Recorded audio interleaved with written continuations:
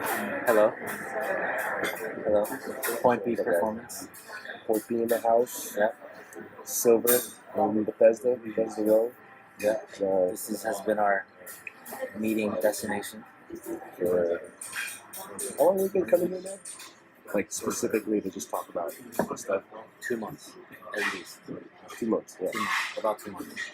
But so all the things that we talked about last 2 months, we want to kind of backtrack, and we want to actually record and put it, have it available as content, because I think there were definitely some topics that I feel like all the watchers or whatever you might be, you might have some interest in our, philosophy, theory, and our kind of thought process and why we're starting this. Right? So There's always little nuggets that kind of just come up in conversation, whether it pertains to like training clients or just personal development. yeah, so we're not just, oh, here's a program, that's it. We want to be part of your journey, and we want you to be part of our journey, and that's why we're starting all this. And hopefully we would love to do some sort of podcasting. And I think there's so much room for potential. So we'll see where it goes from there.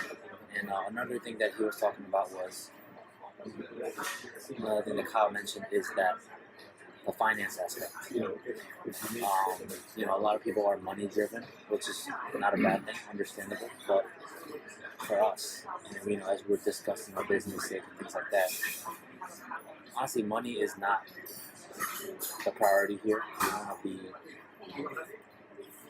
We're literally just starting a brand new, fresh entrepreneurs. And if we don't try it now, when are we gonna try it? Right. So like for me, just getting onto the topic of like money, and we're not in this for the money, neither of us are. But I can't really do who said it at the Perform Better Summit. We went to a Perform Better Summit in Orlando, and I say it was Rick Barron, was it? Thank you. He said, don't think, well, it wasn't him, but somebody else was like, don't think of money as like money, don't think of money as like purchasing power, don't think of money as freedom. So, it was Thomas Meyer. Was it? Probably. It has to be one of those two guys. Yeah. But just the idea that, whether it's a big number, a little number, a medium number, the way you use your money can kind of allow you to live your life the way you want. So whatever number, dollar amount that I generate or we generate, whether with our individual clients one-on-one or online thing, it's for me, it's so much more about having the freedom to kind of live and share. I can't remember who I saw on Instagram. I think there's several. All those Instagram fitness models that have like 1 million or 1.5 million followers, and all they really do is take pictures of themselves with their shirts off in the gym. Now they're the best trainers in the world. And now they're the best trainers in the world, and they sell these bullshit supplements and training programs, whatever. The fact of the matter is that they're living on their terms. So I saw this picture of this Instagram chick. She was like in a hammock on a beach with a laptop on her lap, programming. And there's like waves crashing in the background. And she must be in like the Bahamas or something. But she's on a beach in a hammock working. And regardless of whether or not she's putting out a good product, she may those Instagram people, I don't know. I'm certainly not buying their program to see if it's good or not, but they may be good and they may be helping a lot of people, but they get to live on their own terms, which is a great thing, whatever your field is. So that's something that I think that I really relish jumping into this industry as a whole. And not only living on my own terms, but kind of letting other people into it. Yeah, I think everybody sees that and they're envious of that. But most of us don't do anything about it. They just see it and they're like, oh, that's impossible. That's just a dream. But for us, where with our flexibility of our jobs and our career, we felt that we can balance those things out. So that's why we're kind of setting this up. I guess for kind of our personal reasons, but also because our career allows us to assist people be healthy and go on the right journey of health and fitness. So if we can accomplish both of those things at once, that's a win-win, right? So that's the eventual goal, but I think ultimately we want to be an example for people to just be an optimal functioning machine, physically, mentally, everything. Just do what you want to do. Exactly. Jump into it. So we'll be back after we have this delicious food. Yeah. Kyle got, what is it? This is the short rib hash. Oh, it's totally backwards. But Yep. This is it's the like Korean barbecue short egg whites, peppers. spinach. This place is Pretty stupid. This place is dumb. That's Kyle's catchphrase, by the way. We are back. Still here in Silver. Just finished our food, except Kyle's still hungry, so he just ordered another dish. Yep, big boy status. Summer's over, guys. Summer's over, guys. I'm full. Okay. So, we were kind of finalizing our discussion about, why we're doing this. And one of the things that I wanted to add is, we are seeking out the best of the best because they're the leaders in their industry. They've gone through, the business, gone through the changes in science and the industry and whatnot. So we want to learn from them. But I wanted to add that, as I've been listening to a lot of podcasts, talking to a lot of our clients, and just meeting more people, and Jessica's just growing up, right? Yeah, and I feel like, and we feel like that everybody has something to share. Everybody can teach somebody something. It could be fitness related, even. It could be, science. It could be, just life lessons, self-help kind of type of thing. So, I think that's the aspect that we love and want to integrate to our business. And that, on top of individualized training and whatnot, we want to incorporate all that, and that's what is different. That's why we're different compared to other places. So that's why, we were talking about podcasts and things like that, because we want to do video interviews with all our members and clients. We want to do podcast interviews. We want you to put your, what do you eat for breakfast? Do a little blog, a video blog, and share it with us. We just want to, like I said, like we talked about, we want to build a community. We want to build a society of people that share the same vision, that share the same interests, and if you need a little help, we are there to help you. Other people are there to help you, and we just, everybody just becomes a better thinking person, better working person. That's our goal. It's like, as you're saying that, I thought of one of my clients. You know Charles. Yes. Right? So I have this client that we've been working together for a while now, for like 9 months or so. And he's great. He comes to the sessions all the time. He works real hard. He's a lawyer, smart dude. We have great conversations about just everything, life, his kids, our families, whatever. His thing is that he just won't go to the gym if it's not like with me. He just won't. I've gotten on him for I don't know how long, and giving him workouts to do, and he's all right, I'll do it, and then doesn't. So this past weekend, he went out of town for something. It was like mother-in-law's birthday or something like that in another state, and I didn't give him a workout to do. I kind of just assumed he was going to be having family time. So he came back and told me, he had it on a piece of paper, Like he went to a local 24-hour fitness, wrote down a workout to do, and we've been doing a number of different programs. Like he's kind of like my guinea pig. He just likes having new things tried on him, so he's always open for everything, and he's great about giving feedback. But it was great to see that I don't remember once in our time working together where he went to the gym on his own, built a workout, and did it. And he came back with the paper, showed me all his sets and reps, showed me the weight he did, and I thought that was just an unbelievable thing. Just seeing his growth, and it's something he really wanted to share. He wanted to show, like, hey, you didn't give me anything. I did this workout. It's similar to things we've done before. I thought he had a good flow to it. I thought he picked, appropriate sets and reps. I thought he picked appropriate rest times and just great exercises. Took him an hour to do, so he wasn't lollygagging during it.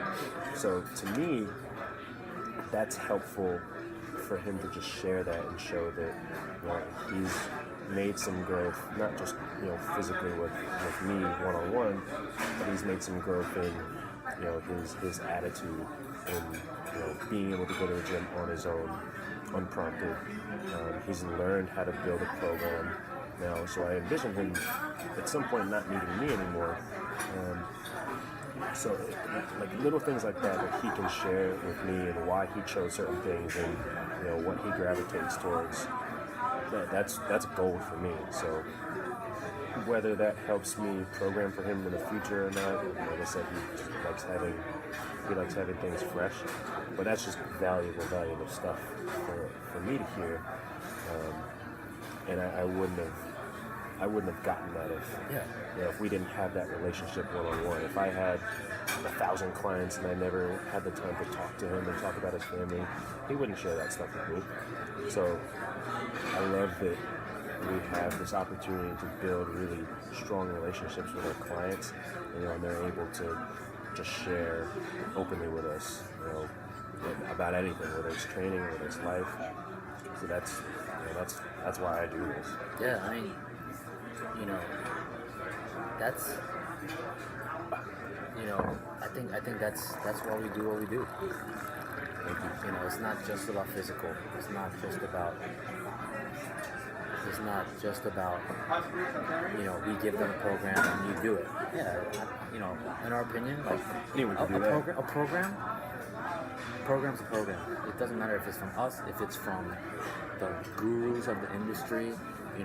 If the person puts the effort in there and does work, there's gonna be some sort of an outcome. However, for us, that's not what we want.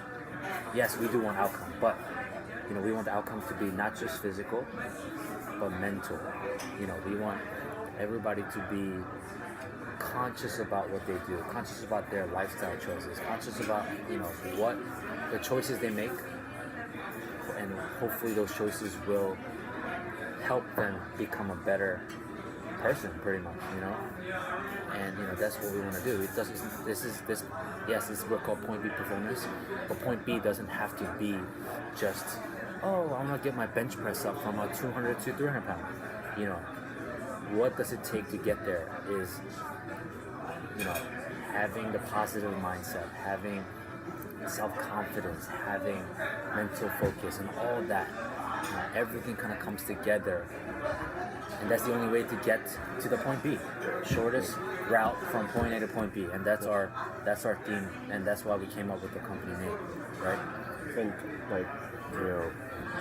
the point B thing is really just to show that line, but the point B is what we're called. But I think, at least me personally, and I can speak for David probably, is just we're more about the line than anything. Point A is cool. Everyone has a starting point. Point B is great to have a vision of where you want to be. All that is cool, but the line in between is really what we're all about. Yeah. The line doesn't have to be just go get your ass kicked in the gym. Hit your program really hard, diet, eat really well. Like that's just a small component of the line that contributes to getting to point B. So if you get to point B and you get your 300-pound bench press, but you don't feel like you've been enriched at all by working with us. You don't feel like you've got anything more than a few emails with numbers attached to exercises. If you get to your point B and that's all you felt, then that's a failing on our part, and it's not what we want to build towards.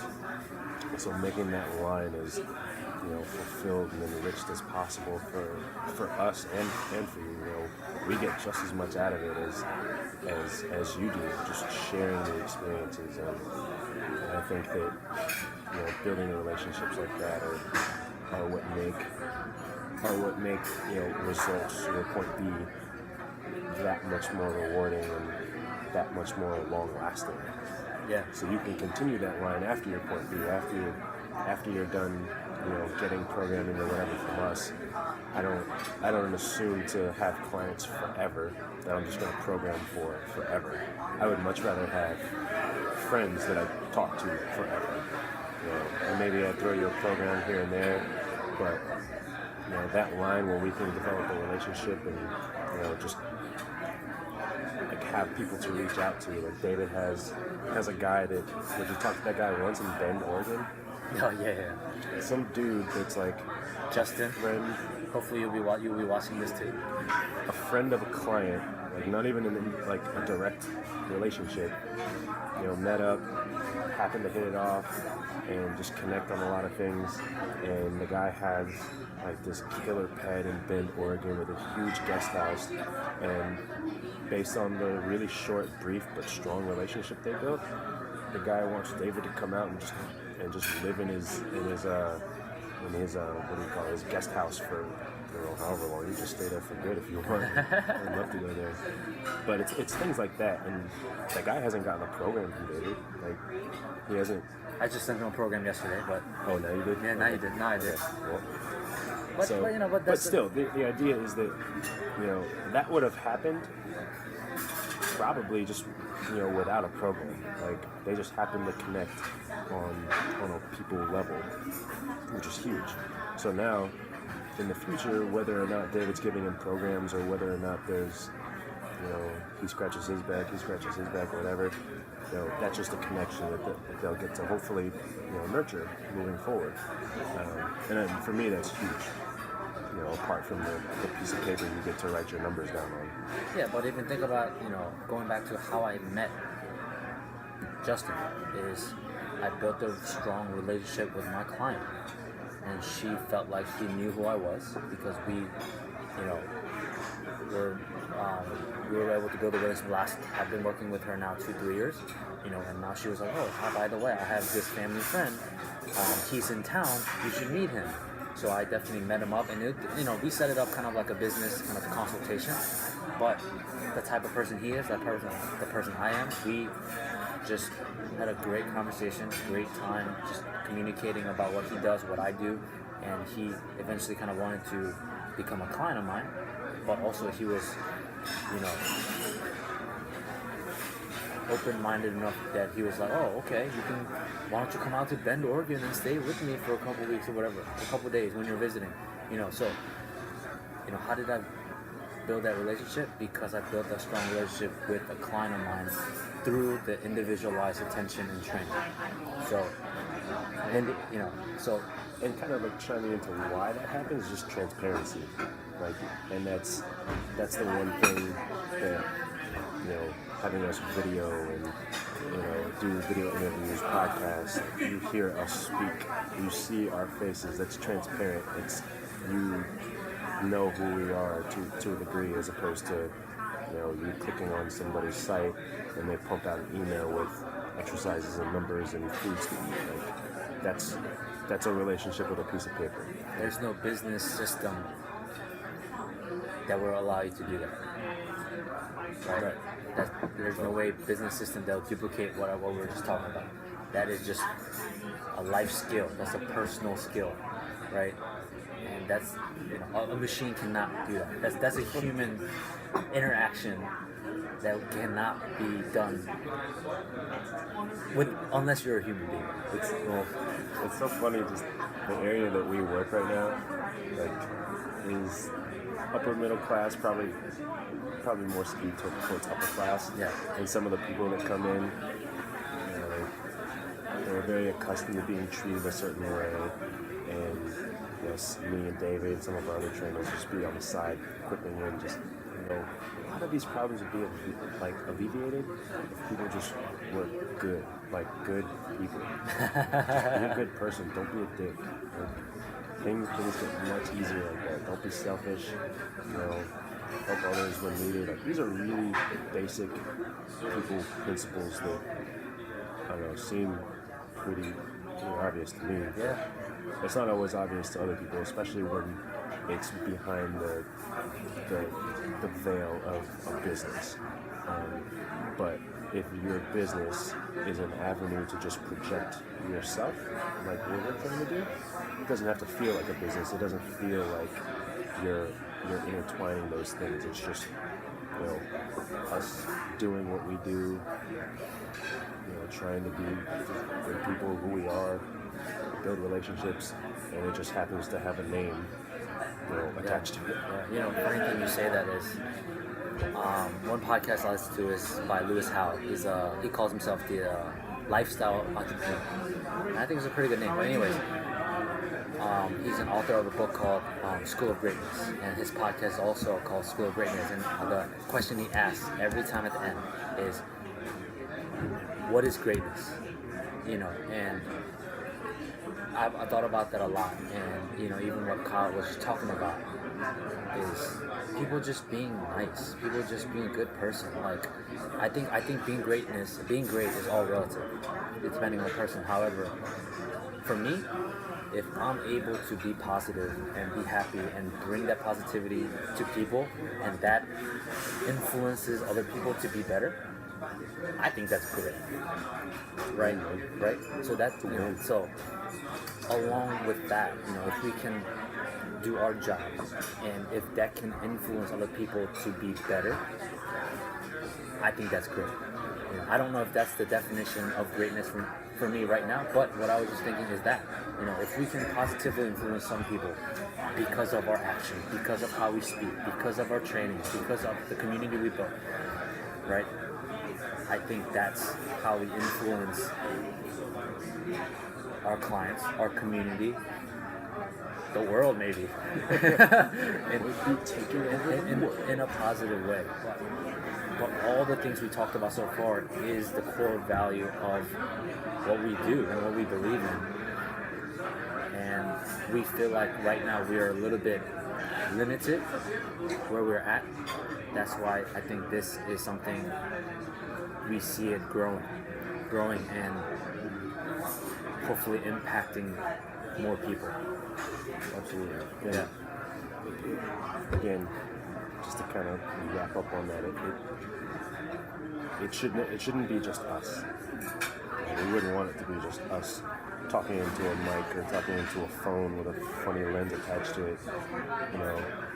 That enrichment of each other's lives, of us improving people's well-being and just bringing positivity, all that gets magnified and amplified many times over with contributions from the community. Like, people that we work with share a story, share an experience that you've had, share a problem you've had, share a complaint.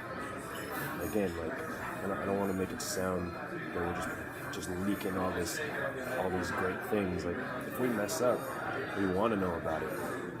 And if you get to a point where, if you're a client or one of our past clients, and there is an issue, voice it. And, come about it with a positive air. Like, don't come out and just say, like, "Oh, David, you're a piece of shit." But, the idea that it's not just us. It's a back and forth. It's a dialogue. It's a community. Right? All these kind of buzzwords are really just kind of enforcing the fact that that this thing is made much bigger and greater than just the two of us if there's input from everyone else. And I think everyone, just ourselves included, get a lot more growth and benefit out of doing all this. Yep. I think that's